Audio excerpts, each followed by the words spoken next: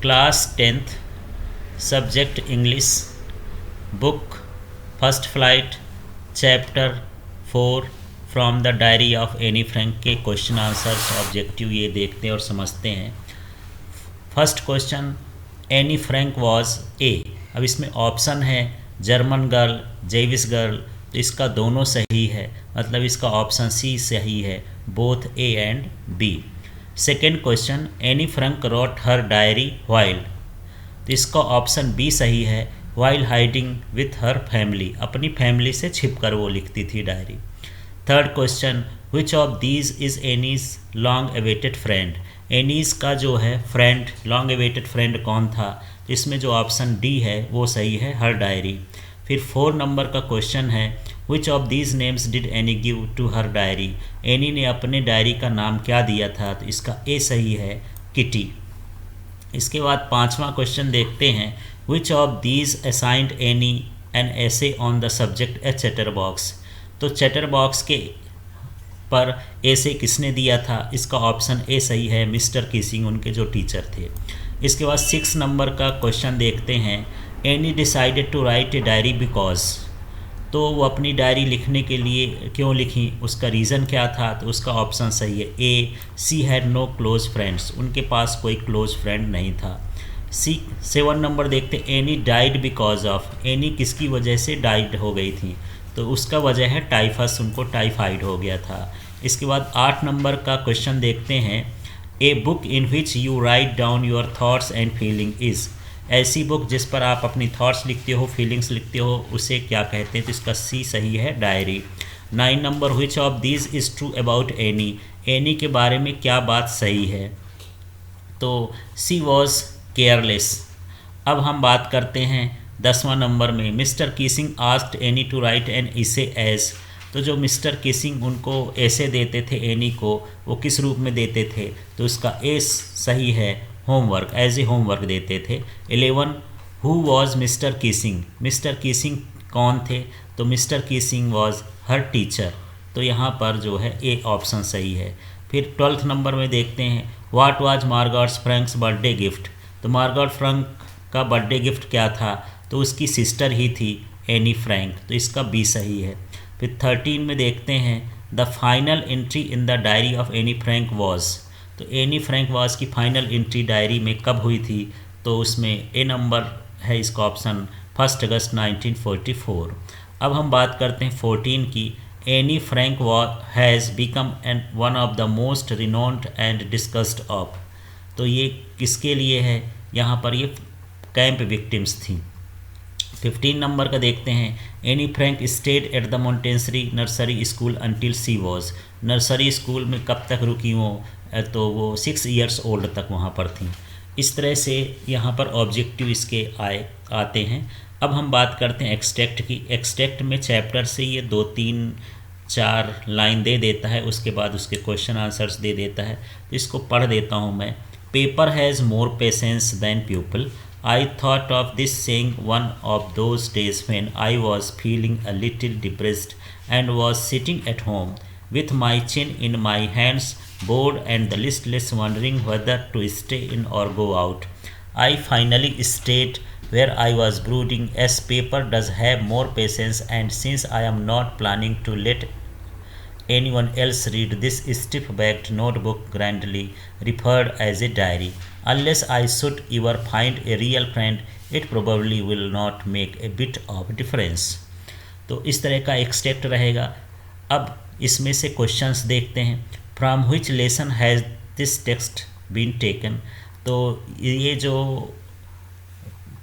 Extract था किस lesson से लिया गया है, तो इसका ऑप्शन बी सही है, from the diary of any Frank.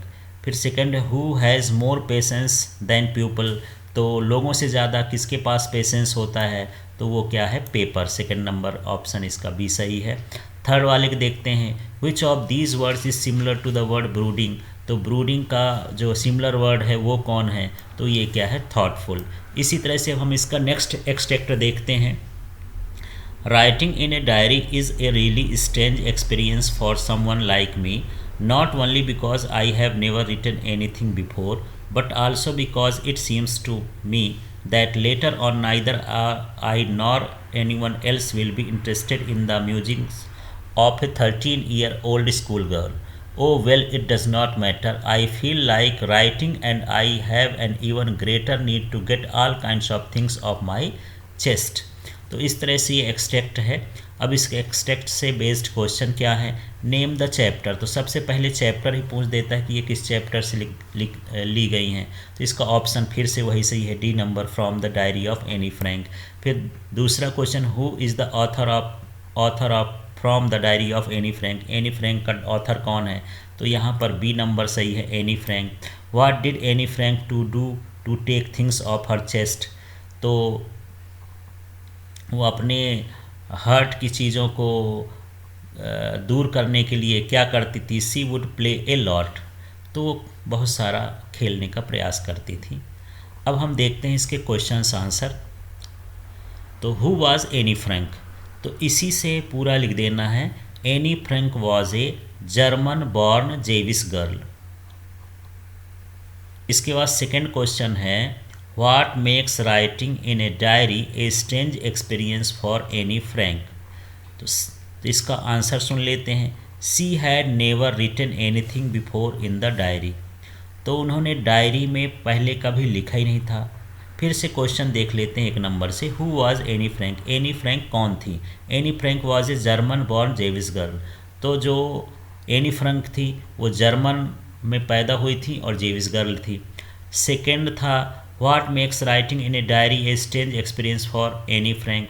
Anne Frank के लिए डायरी लिखना एक अजीब एक्सपीरियंस था। क्यों था, she had never written anything before in the diary, क्योंकि उसने डायरी में कभी पहले लिखा नहीं था। And she had a greater need to get all kinds of things off her chest, और उनके जो दिलो दिमाग में चीज़ें थी वो हर चीज़ को वहाँ पर लिख डालना चाहती थी, इसलिए उनके लिए एक ऐसा एक्सपीरियंस था, स्ट्रेंज एक्सपीरियंस था। थर्ड देखते हैं, why does Anne want to keep a diary. Anne diary क्यों रखना चाहती थी, तो इसका answer, because she had no close and true friends whom she can share her thought.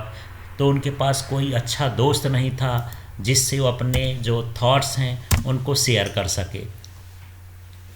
Fourth number का क्वेश्चन है, why did any Frank think she could confide more in her diary than in people. तो यहाँ पर वो क्यों ऐसा सोचती थी कि लोगों से ज़्यादा डायरी के भीतर घुसना ज़्यादा ठीक है। Because Anne had no friends who had listen to her with patience, क्योंकि उसके पास कोई ऐसा दोस्त नहीं था जो बड़े पेशेंस से उसको सुन सके और समझ सके। She used to feel paper has more patience than people, और वो ये समझती थी कि पेपर के पास लोगों से ज़्यादा पेशेंस होता है, कुछ भी सुन सकता है। पाँचवा नंबर का क्वेश्चन देखते हैं, why does Anne provide a brief sketch of her life. How does Anne need to give a brief sketch about her family. Does she treat Kitty as an insider और outsider.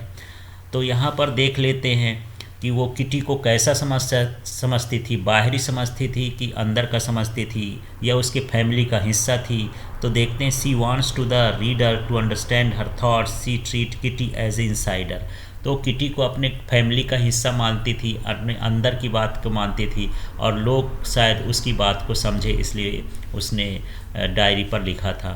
6 number में देखते हैं, what you tales that any loved her grand mother. तो ये इससे कैसे पता चलता है कि अपने ग्रैंड मदर से वो प्रेम करती थी। Any writes about her grand mother in her diary. अपने डायरी में उन्होंने ग्रैंड मदर के बारे में क्या लिखा है, no one knows how often I think of her and still love her. कोई नहीं जानता है कि वो कितना अपने दादी माँ को चाहती है और अभी भी चाहती है, ये उसने डायरी में लिखा था। इससे पता चलता है कि वो अपने ग्रैंड मदर को बहुत चाहती थी। Also on her 13th birthday by lighting up one candle for grand mother she saws her for love. और अपने 13वें बर्थडे में उन्होंने एक कैंडल भी ग्रैंड मदर के लिए जलाई थी। Do you think mister Keesing annoyed with the Annie Frank, why और वाई नॉट। यस, क्या मिस्टर कीसिंग गुस्सा होते थे। Yes, Keesing was annoyed with Annie Frank because she was very talkative. वो बहुत बातचीत करती थी इसलिए उनको गुस्सा आता था। 8वां और last question, what made mister Keesing allow Annie to talk in the class. Class में उन्होंने कैसे एनी को अलाउ कर दिया बात करने के लिए। Annie wrote a satirical poem on the mother duck and father swan with 3 baby ducklings who were beaten to death by the father because they quacked too much. Her read the poem to the class with joke and her allowed Annie to talk the class. Thank you.